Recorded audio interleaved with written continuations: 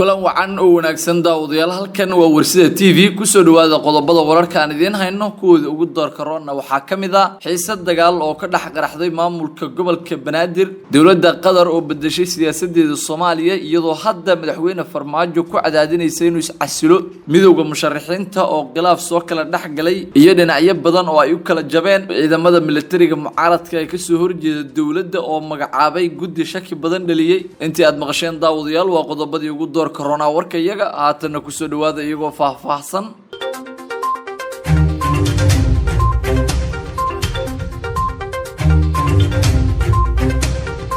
xiisad dagaal ayaa ka dhax qaraxday maamulka gobolka Banaadir xogo la helayo ayaa waxa ay tilmaamayaan inay sii xoogeysanayaan xiisad dagaal iyo isfahan waa xoogan oo ka dhax qaraxay maamulka gobolka Banaadir iyo sidoo kale khilaafkan ayaa waxa uu ka bilowday taliska ciidanka booliiska Soomaaliya kuwaas oo ilaalo ka haya xarunta maamulka gobolka Banaadir ciidamadan ay isku dhaceen ciidamada ilaalada u ah gudoomiyaha gobolka Banaadir ahna duqa magaalada Muqdisho Cumar Maxamuud Maxamed Cumar Filish warar lagu kalsoon yahay ayaa waxa ay sheegayaan in xafiiska gudoomiyaha iyo ciidamada booliiska ku sugan xarunta gobolka Banaadir ay toddobaad ka hor ay dhacday halis weyn kadib markii ay isku qabteen labada ciidan qoryo isla markaana sababi gaadhay in la dagaalamo ciidamada uu wato gudoomiyaha gobolka Banaadir ayaa wararku waxa ay sheegayaan inay ahaayeen kuwo aad u hubeysan isla markaana doonayay in si xoog ah ay xarunta ku galaan iyadoo la tilmaamay in gudoomiyaha ciidamadan ay ahaayeen kuwo xigtadiisa oo u dhawaa isla markaana aad u hubeysan waxaana la sheegay in dhowr jeer ay ciidamadan u hanjabeen ciidamada booliiska ah ee ilaalada ka ah xarunta dawladda hoose ee Xamar ee gobolka Banaadir looga arrimiyo labada ciidan khilaafkooda ayaa sii xoogeysanaya waxaana laga baqdin qabaa in ay dagaalamaan iyadoona la isku qabtay habka maamulka gobolka Banaadir uu maamulayo amniga xarunta oo aan saldhigan tan iyo markii la dilay gudoomiyihii hore ee gobolka Banaadir ahna duqii magaalada Muqdisho iyo saraakiil fara badan oo qarax lagu laayay Cumar Filish ayaa isagu la magacaabay kadib markii qarax ka dhacay xarunta dawladda hoose xamar lagu dilay injineer Iriso oo markaa ahaa gudoomiyaha gobolka waxaana jirtay in ay markaasi soo baxaysay in aaminaad darro ay ka jirto dhanka ciidamada dawladda waxaana la tilmaamay in gudoomiyaha gobolka Banaadir uu dhankiisa watay ciidamo isaga u dhawaa kuwaas oo uu awood badan siiyay isla markaana ka soo horjeeda ciidamada booliiska shaki badan ka muujinaya iyadoo wali ay xarunta ku sugan yihiin ciidamada booliiska ah gudoomiye Filish ayaa waxa la tilmaamay in shaki badan uu ka qabo ciidamadan isla markaana uusan si aan wanaagsaneyn ula dhaqmo ciidamada booliiska ah taas oo sababtay in markasta ay xiisadu noqoto mid cirka isku sii shareerta xogo la helayo ayaa tilmaamaya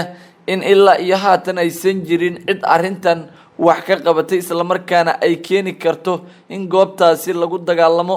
waxaana dagaalku uu yahay mid cabsi xoogan laga muujinayo isla markaana laga baqdin qabo in ciidamada ilaalada waa gudoomiyaha gobolka Banaadir ay rasaas ku furan ciidamada booliiska isla markaana halkaasi uu dagaal ka qarxo dawladda Qatar ayaa bedeshay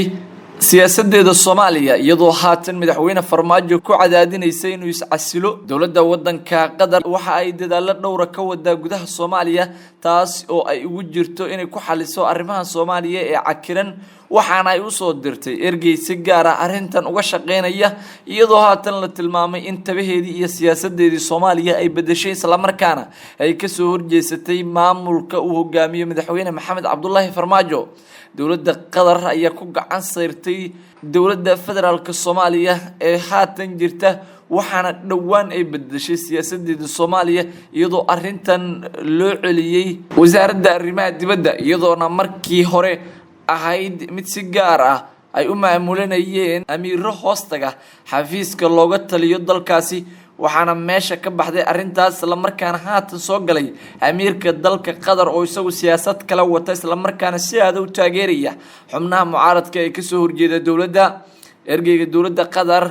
ayaa waxa maalmihii la soo dhaafay uu kulamo kala duwan ka waday magaalada Muqdisho waxaana uu kulamadaasi la qaatay inta badan mas'uuliyiinta ugu sareysa dalka waxaana warqad qoraal ah oo uu ka siday amiirka dalka Qatar uu u gudbiyay madaxweynaha muddaxileedkiisu dhamaaday mudane Maxamed Cabdullaahi Farmaajo waxaana isla habeenkaasi madaxweyne Farmaajo uu qadka telefoonka kula hadlay amiirka dalka Qatar iyagoo ka wada hadlay isbedelada siyaasadeed ee ka socda Soomaaliya iyo sida ay muhiim u tahay in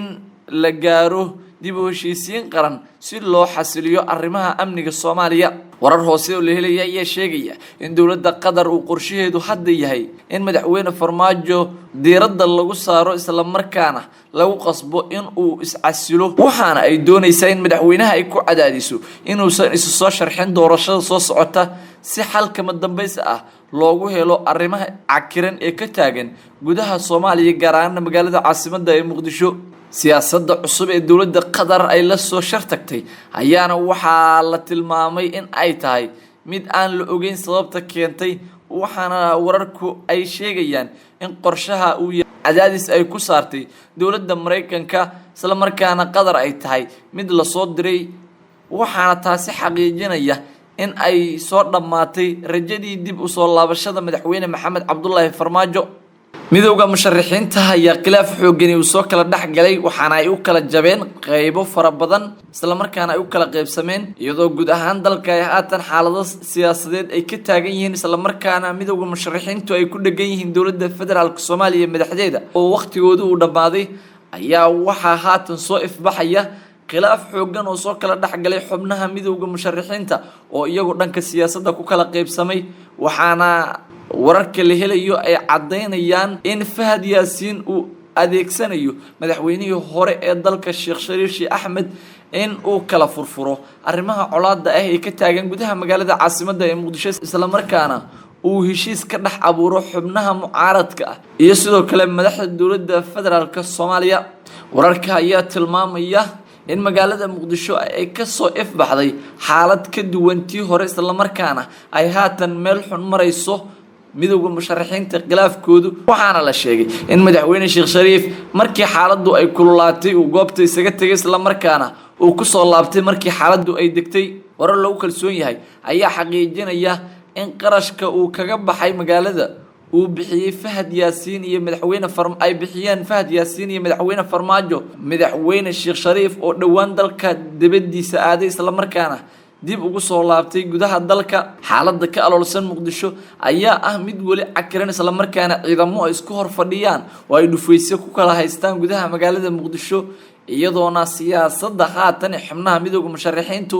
uu khilaaf soo kala dhaxgalay isla markaana arintan la sheegay inay wiiqi karto awoodda midowga musharaxiinta ay kaga hortagayaan dawladda waxaana uu ka dhaxwadaa waxaana la sheegay in madaxweyne Sheekh Shariif waa gudoomiyaha midowga musharaxiinta uu haatan xubnaha mucaaradka ka dhaxwado inuu kala furfuro isla markaana uu iska hor keeno si ay ugu rumowdo fikirka uu wato oo ah inuu madaxda dawladda iyo xubnaha mucaaradka uu dhaxdhaxaadiyo madaxweyne Maxamed Cabdullaahi Farmaajo ayaa waxaa la sheegay in qarash fara badan uu farta ka saaray Sheekh Shariif Sheekh Axmed isla markaana uu sheegay inuu uga baahan yahay in magaalada Muqdisho ee caasimadda dalka la xasiliyo waxaana la sheegay in qarashkaas uu magaalada Muqdisho uu ku joogayo madaxweynihii hore ee dalka isla markaana ay u diyaariyeen kulamo gaar ah oo uu kula kulmayo qaar kamid ah mas'uuliyiinta dawladda federaalka Soomaaliya waxaana la sheegay in arintan ay tahay mid si aad ay uga soo fakareen madaxweyne Farmaajo iyo Fahad Yaasiin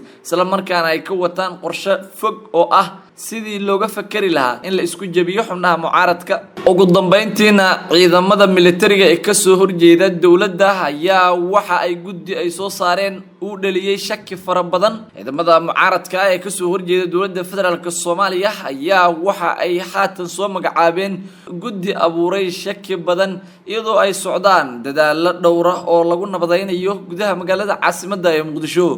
shir saacadii la soo dhaafay magaalada Muqdisho ku qaateen saraakiisha hogaaminaysa ciidamada militariga ee qabsaday xaafado ka mid ah magaalada Muqdisho isla markaana ka soo horjeeda dawladda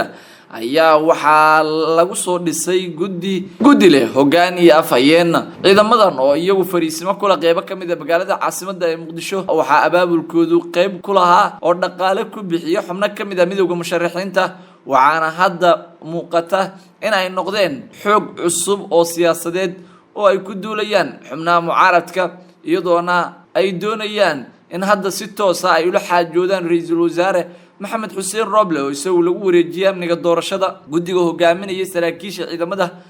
ayaa waxaa la magacaabay ilaa 7 xubnood iyadoona ay noqotay arintan mid shaki weyn dhalisay isla markaana si aada walaac looga muujiyay. waxaa la magacaabay Cali Cosoble Caray iyo sidoo kale xubno uu ku jiro Saadaq John, Yusuf Siyaadin Dhacde iyo sidoo kale Ismaan Xaadoole, Sanay Cabdulle, Ismaaciil Cabdi Maalik. waxaana guddiga afhayeen looga dhigay Diini Roble.